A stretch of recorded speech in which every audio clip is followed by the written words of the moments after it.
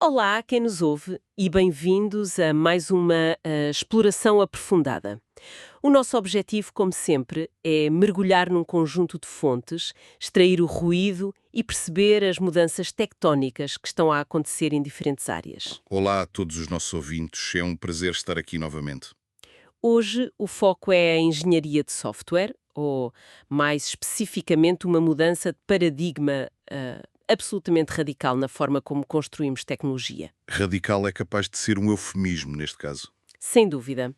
Temos em mãos um conjunto de notas escritas e a transcrição incrivelmente detalhada de uma longa entrevista em vídeo com o Peter Steinberger.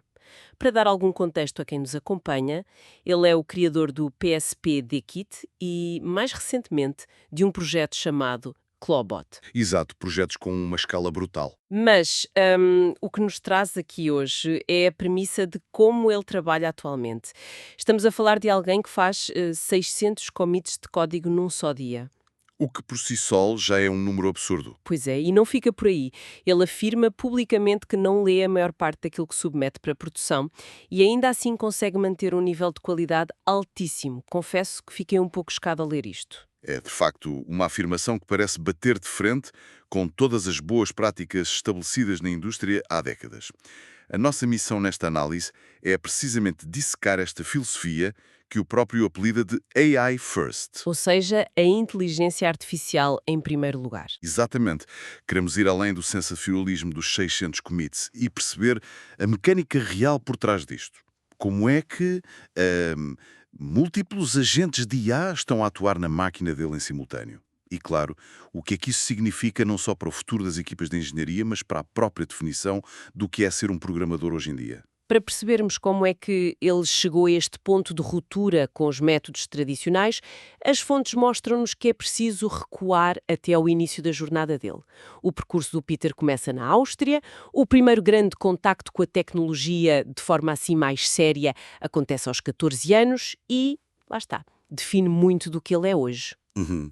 Ele pirateou um jogo de MS-DOS, mas a questão é que ele não se ficou pelo simples ato de o jogar de borla. Ele reescreveu a proteção de cópia ao nível da disquete para poder comercializar o jogo entre os colegas. Essa anedota inicial é vital, pá. Estabelece um perfil psicológico que se mantém até hoje.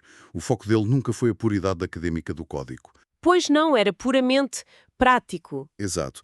A resolução de restrições através do pragmatismo. Ele tem aquele instinto clássico de desmontar um sistema opaco, perceber os seus limites físicos ou de software e forçar uma solução. É uma aprendizagem baseada na necessidade imediata e não num currículo estruturado. E essa mentalidade pragmática teve o seu momento de glória na famosa epifania do iPhone. As fontes relatam uma história excelente de 2009. O Peter estava no metro a usar uma aplicação de encontros no seu iPhone que na altura corria uma versão beta do iPhone OS 3. Tempos jurássicos dos smartphones. Mesmo. Ele escreve uma mensagem longa e aparentemente bastante emocional para alguém, mas quando carrega no botão de enviar, o metro entra num túnel. O sinal cai, o JavaScript da página bloqueia o botão, dá um erro e a mensagem simplesmente evapora-se. E convém lembrar aos nossos ouvintes que naquela altura não havia uma função nativa de copiar-colar no sistema operativo. Pois, uma dor de cabeça. A frustração foi tanta que ele foi para casa, abriu o Xcode e decidiu construir um cliente nativo para aquela aplicação de encontros sozinho. E o detalhe técnico fascinante aqui é que a plataforma não tinha uma API pública. O que normalmente pararia qualquer projeto logo ali. Exatamente. Portanto, o que é que ele fez? Usou expressões regulares para fazer o parsing do código HTML cru e extrair os dados. O que é fascinante aqui é que quem conhece a área sabe perfeitamente que tentar interpretar HTML com expressões regulares, com regex, é visto quase como um ato de loucura técnica devido à fragilidade do processo. Mas a verdade é que funcionou. Ele meteu a app à venda por $5, faturou $10.000 logo no primeiro mês. Uma pequena fortuna para a altura. Sem dúvida. E o negócio correu tão bem até a Apple lhe dar às 3 da manhã para encerrar a operação. É um excelente exemplo de bater de frente com as restrições da época, e foi exatamente essa capacidade de lidar com restrições extremas que serviu de fundação para o PSPDF-Kit. O projeto nasceu de um trabalho freelance em que ele foi contratado para reparar uma aplicação de revistas concebida para o iPad original. Ah, sim, as notas descrevem o código-fonte original como um verdadeiro pesadelo arquitetónico. O único fecheiro de Objective-C com milhares e milhares de linhas. A gestão de memória era atroz num dispositivo que, recordemos, tinha apenas 64 megabytes de memória RAM disponível para as aplicações. 64 megabytes, imaginem bem o aperto. Pois. E o Peter propôs a reescrever o sistema inteiro. O que deveria demorar um mês levou 2, mas o resultado foi um motor de renderização com um foco quase obsessivo na fluidez. Ele percebeu que a experiência tátil de rodar uma página ou fazer zoom sem engasgos era o que realmente importava para o utilizador. E esse motor de PDF acabou por ser extraído, lapidado, colocado no GitHub e rapidamente se transformou num negócio à escala global, não foi? Exatamente. Cresceu até estar em mais de 1.000 milhões de dispositivos. Um número assustador.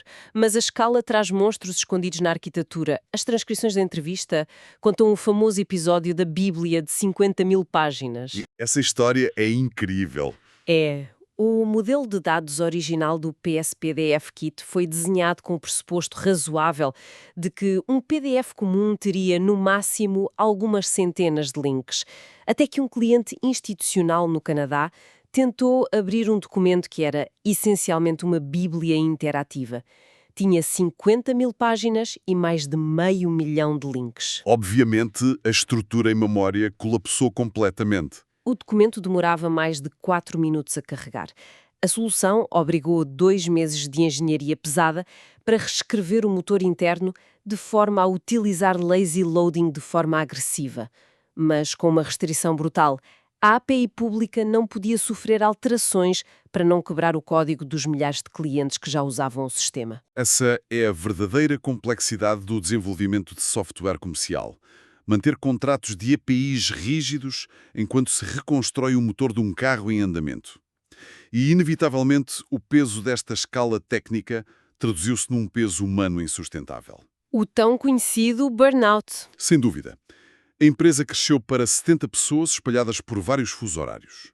O Peter descreve como, ao assumir o papel de CEO, se tornou essencialmente no caixote do lixo da organização. Uma expressão pesada. Muito pesada. Qualquer problema técnico que as equipas não conseguissem resolver, qualquer emergência de um cliente crítico aos fins de semana, como companhias de aviação com frotas em terra devido a problemas nos manuais em iPad, e qualquer atrito na gestão de recursos humanos, tudo ia parar à secretária dele. É demasiada pressão para uma só pessoa. Este estado de tensão perpétua culminou num esgotamento severo. Ele vendeu as suas ações, afastou-se da liderança e desapareceu do mundo tecnológico durante mais de 3 anos. Estamos a falar de alguém que, durante meses a fio, recusava sequer abrir um portátil. E o contraste quando ele decide regressar é brutal. O regresso acontece em abril de 2024. Ele tenta retomar um projeto pessoal antigo ligado à análise de dados do Twitter e o choque de realidade é imediato. Claro, a tecnologia não espera por ninguém. Exatamente. O Peter era um especialista profundo no ecossistema da Apple, mas agora deparava-se com as idiosincrasias das tecnologias web modernas, nomeadamente o ecossistema do React. As notas descrevem a dor e a fricção constantes deste processo. O simples facto de ter de interromper o raciocínio a cada 5 minutos para ir pesquisar no Google detalhes mundanos sobre a sintaxe de um hook no React fê-lo sentir-se completamente obsoleto. Ok, vamos desconstruir isto, porque a fricção tecnológica é o maior dreno na motivação de um engenheiro experiente. O custo cognitivo de dominar uma arquitetura vasta e, ao mesmo tempo, tropeçar na sintaxe básica de uma framework desconhecida é imenso, é escutante.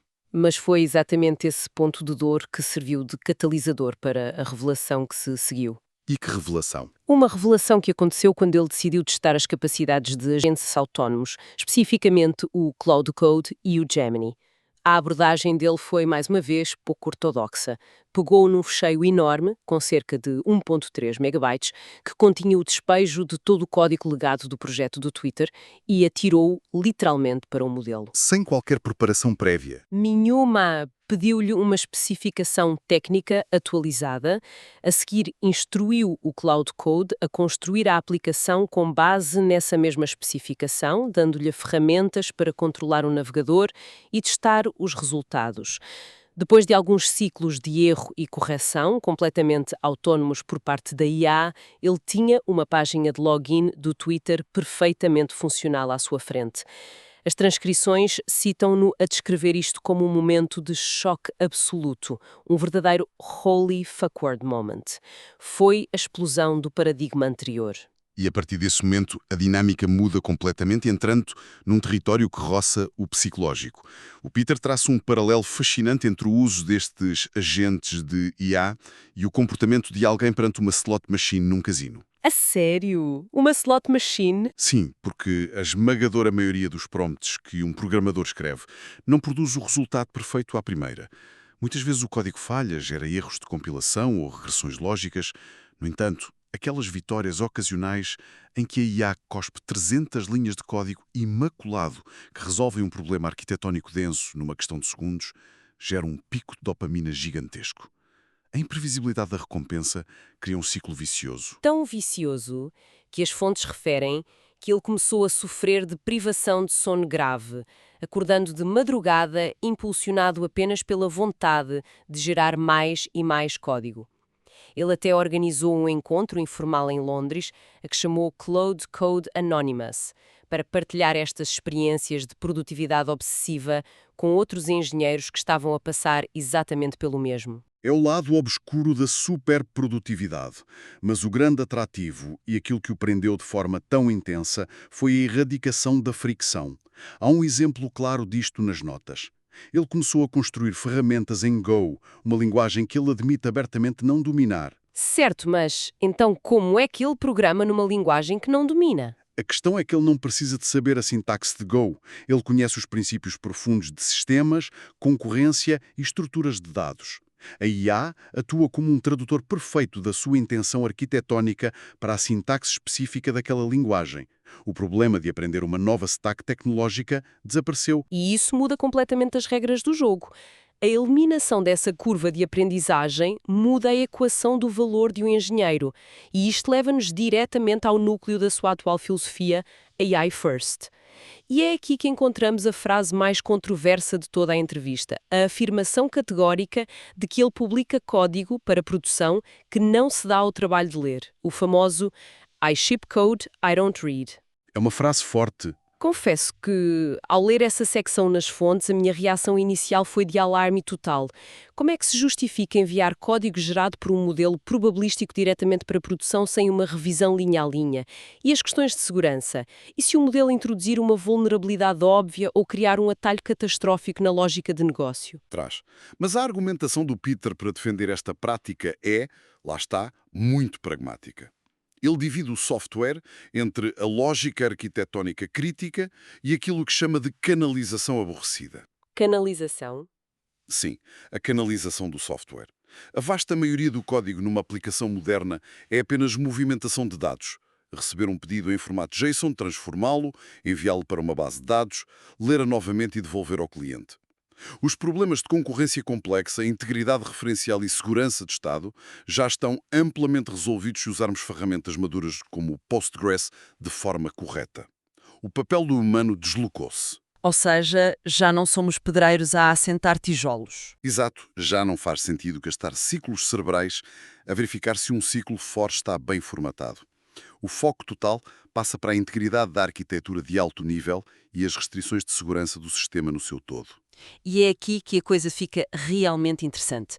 Para que esta delegação extrema funcione sem resultar num colapso absoluto do sistema, o Peter apoia-se num conceito técnico que é central nesta análise: a necessidade absoluta de fechar o ciclo, o chamado closing the loop. Sem dúvida, o pilar de toda esta estratégia. O argumento é que a inteligência artificial atual é excepcionalmente boa a programar, muito mais do que a escrever poesia ou guiões, precisamente porque o código é um artefacto verificável. Um bloco de código compila ou não compila. Um teste passa ou não passa. Há uma verdade matemática, um feedback imediato ali. Portanto, o segredo da arquitetura AI First é construir sistemas onde a IA tenha ferramentas para validar o seu próprio trabalho de forma isolada. O exemplo da aplicação para Mac, documentado nas fontes, ilustra isto de forma brilhante. O Peter estava a desenvolver a lógica de back-end nativa para uma aplicação de macOS. O problema é que automatizar o teste de uma interface gráfica no Mac é um processo incrivelmente lento, frágil e cheio de atritos. Então o que é que ele decidiu fazer para contornar isso? Ele instruiu a IA a construir uma ferramenta de interface de linha de comandos paralela, um vulgar CLI, que importava e utilizava exatamente a mesma lógica de negócio da aplicação principal. Ah, inteligente? Com esse CLI construído, a IA podia executá-lo num terminal em milissegundos, injetar dados, verificar os resultados, ler as mensagens de erro e iterar sobre o próprio código de forma perfeitamente autónoma, dezenas de vezes por minuto. Ao forçar a criação deste ambiente de teste sem fricção, a IA não só validou o trabalho, como obrigou a uma arquitetura muito mais limpa e modular. A própria natureza da colaboração no código também sofre uma mutação enorme com isto. Os pull requests tradicionais, onde os engenheiros discutem as diferenças de código linha a linha no ecrã, perdem toda a relevância no fluxo de trabalho do Peter. Ele substitui a ideia do pull request pelo prompt request. O foco deixa de estar nas linhas de código alteradas e passa a estar no histórico de conversação com o modelo. Exatamente, quando se revê um bloco de código cru, perde-se completamente o contexto da decisão. Fica a pergunta, porquê esta estrutura de dados e não outra? Quais foram as alternativas que a pessoa ponderou antes de escrever aquilo? O histórico do prompt, a conversa com o agente, documenta a intenção humana e os compromissos aceitos. Se for descoberta uma falha na lógica daqui a 6 meses, não se vai remendar o código manualmente, volta-se ao prompt, altera-se a premissa base e pede-se à máquina que regenere a implementação inteira do zero. A fonte de verdade passa da sintaxe para a intenção documentada. A orquestração deste processo todo no dia-a-dia é algo que, para quem nos ouve, parece saído de um filme de ficção científica. O Peter relata que trabalha frequentemente com 5 a 10 agentes de IA em simultâneo nos seus vários terminais. É uma capacidade de multitasking brutal. Ele prefere o uso de modelos como o Codex da OpenAI para as tarefas de engenharia mais densas, porque, apesar de ser um pouco mais lento a arrancar as respostas, absorve muito mais contexto antes de atuar. A imagem mental que ele próprio partilha é de um grande mestre de xadrez a jogar dezenas de partidas em simultâneo. Uma analogia perfeita. Ele vai a um terminal e não dá uma instrução do género «escreve esta função». Não há microgestão. A abordagem é dialética. Ele pergunta ao agente, tendo em conta esta arquitetura, quais são as nossas opções para implementar esta funcionalidade sem afetar a latência da base de dados.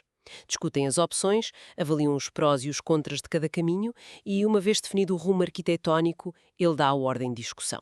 E enquanto esse agente fica a cozinhar o código, digamos assim, durante uns 40 minutos, o Peter não fica à espera.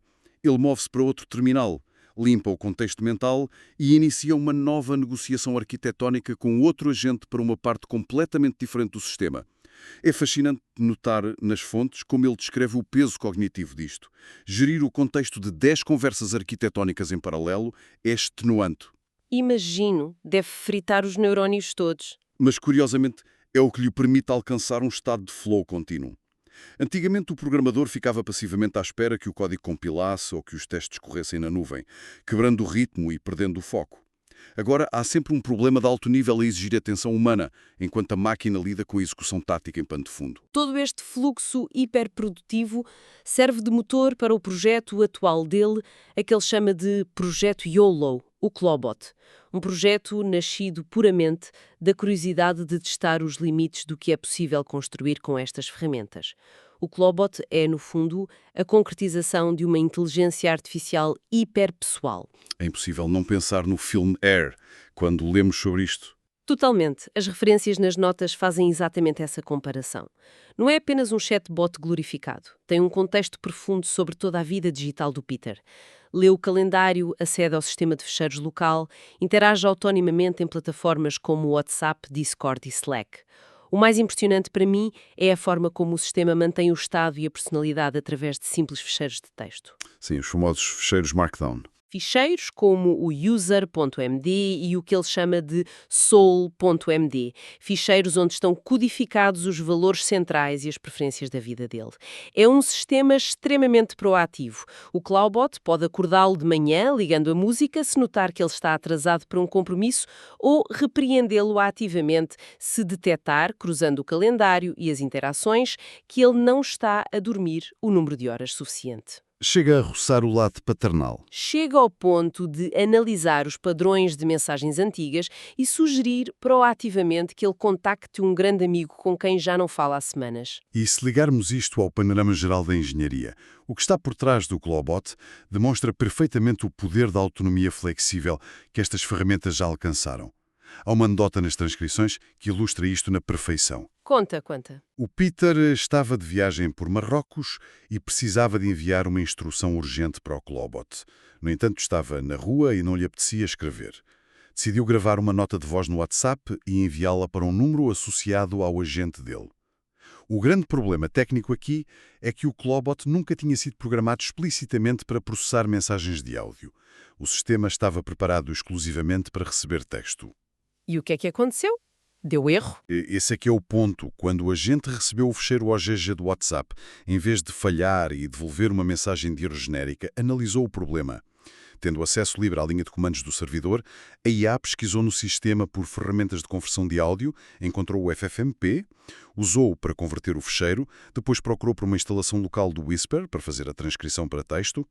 Quando percebeu que o Whisper não estava disponível localmente, procurou as chaves de API da OpenAI nos fecheiros de configurações escondidos do sistema, enviou o áudio para a nuvem, recebeu a transcrição, processou o pedido original do Peter e respondeu-lhe no WhatsApp. Uau! Tudo isso sem intervenção humana. Tudo. Todo este processo de resolução de problemas improvisado no momento pela máquina e encadear ferramentas ocorreu em cerca de 30 segundos. Isso é absolutamente louco e obriga-nos a olhar para as escolhas de arquitetura que permitem este nível de flexibilidade. Há um debate técnico muito específico nas fontes sobre a forma como a IA deve interagir com os sistemas operacionais e com as nossas ferramentas.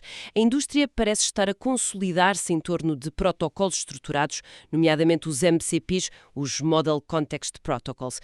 Mas o Peter é um crítico acérrimo dessa norma. Por que é que ele rejeita uma tecnologia que foi desenhada precisamente para facilitar a vida aos modelos? A crítica dele aos MCPs prende-se com a gestão do contexto e a eficiência dos tokens. Quando se usa um MCP, o sistema é forçado a injetar um esquema de JSON gigantesco que descreve exaustivamente todas as funções disponíveis, todos os parâmetros, todas as descrições da janela de contexto da IA logo na primeira interação. O que ocupa imenso espaço inútil.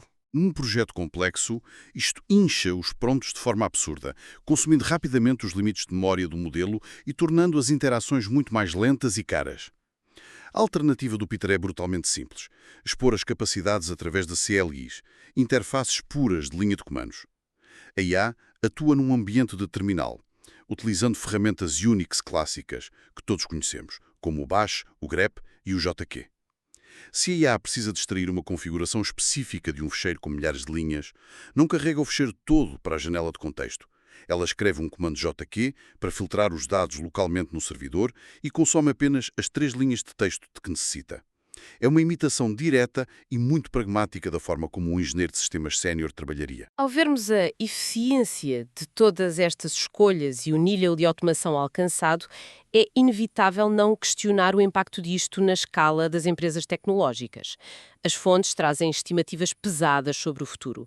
O Peter argumenta abertamente que as empresas de software atuais poderiam manter os níveis de produção e inovação existentes, operando com apenas 30% do pessoal técnico que têm atualmente, caso adotassem metodologias verdadeiramente AI first. É uma perspectiva que antecipa uma contração brutal no mercado de trabalho tradicional de programação, sim, mas ele faz uma ressalva crucial.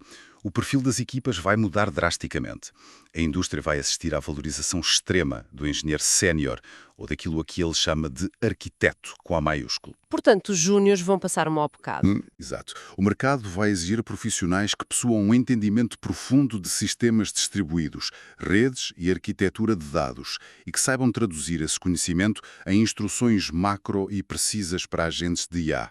Por outro lado, as infraestruturas de desenvolvimento corporativas lentas estão condenadas. Refere-te aos processos de deploy mais tradicionais. Onde a geração do código é quase instantânea. O Peter já abandonou esse modelo há muito tempo em favor de testes locais. Ele chama-lhe o full gate, correndo a bateria de testes exaustiva na própria máquina em segundos e fundindo o código diretamente à versão principal, aceitando o compromisso de que erros marginais podem passar. mas a velocidade monstruosa de iteração compensa o risco do erro. Perante todo este cenário em rápida mutação, o conselho que ele deixa nas notas para os engenheiros atuais é bastante claro: abandonar o perfeccionismo em torno da minúcia da sintaxe. O valor humano já não está em alinhar parentes ou otimizar um ciclo, mas sim na arquitetura e no bom gosto do produto final, no taste. E para os recém-licenciados que entram agora neste mercado dominado por máquinas que programam muito mais rápido e melhor do que eles, a estratégia sugerida é o uso da própria inteligência artificial como um mentor infatigável. É o melhor professor que podem ter. Exatamente. Devem alimentar a curiosidade, questionando incessantemente os modelos sobre o porquê de certas decisões arquitetónicas terem sido tomadas, de forma a construir a intuição necessária sobre o funcionamento de sistemas complexos. E sabes o que é curioso? Para fechar a análise do perfil de alguém que vive literalmente no limite da fronteira tecnológica, guiado por IAs hiperpessoais, os hábitos de desconexão dele no dia-a-dia são notáveis. A peça de tecnologia favorita do Peter, atualmente, não é um servidor gigantesco, é uma moldura digital Android muito barata, rudimentar, e que não faz absolutamente mais nada além de receber ecrãs via e-mail para exibir fotografias de amigos. Incrível! As fontes mencionam até que ele comprou o modelo de iPhone mais recente e nunca o chegou a tirar da caixa. O contraste é maravilhoso, não é?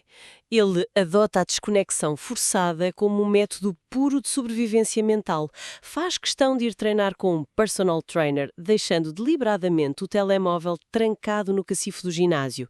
Faz caminhadas longas na rua sem qualquer dispositivo eletrónico consigo, forçando-se a abraçar o desconforto e o tédio iniciais de estar incontactável. Tudo isto apenas para conseguir restaurar a sua clareza mental num mundo de estímulos digitais infinitos. É o equilíbrio necessário para não entrar em colapso novamente. E então, o que é que isto tudo significa? Ao analisarmos a jornada do Peter Steinberger, do desenvolvimento clássico para a fronteira AI First, torna-se evidente que a sua abordagem não se baseia na preguiça ou na automação cega do seu trabalho. Pelo contrário, trata-se de procurar o ponto de alavancagem máxima. A arte da engenharia de software não desapareceu de todo, sofreu foi uma metamorfose profunda. Deixou de ser a prática artesanal de escrever instruções linha a linha no teclado para se tornar na capacidade de orquestrar e guiar uma inteligência sintética massiva. Entramos oficialmente na era da construção de sistemas verificáveis, onde a velocidade e a escala dependem da nossa capacidade de definir os limites exatos em que as máquinas podem atuar e testar-se a si próprias. A máquina supostamente ainda não possui. No entanto, se observarmos a evolução de projetos como o Clawbot, que utilizam ativamente fecheiros como o Sol.md para mapear e internalizar exaustivamente o contexto, as preferências estéticas e os valores do próprio criador, chegará inevitavelmente o dia em que esse tão aclamado bom gosto deixará de ser uma centelha de intuição exclusivamente humana e passará a ser apenas mais um padrão latente, perfeitamente descodificado, mapeado e replicado pela inteligência artificial. Se a máquina aprender a imitar o nosso gosto com perfeição matemática, o que é que restará então para o humano decidir? É, sem dúvida, o grande dilema filosófico desta nova revolução tecnológica e algo sobre o qual continuaremos a refletir de certeza. Agradecemos a todos que nos acompanharam nesta extensa e complexa análise. Continuem a explorar e a questionar os sistemas que nos rodeiam e até à próxima exploração profunda. Foi um privilégio desconstruir este tema convosco. Até ao nosso próximo encontro.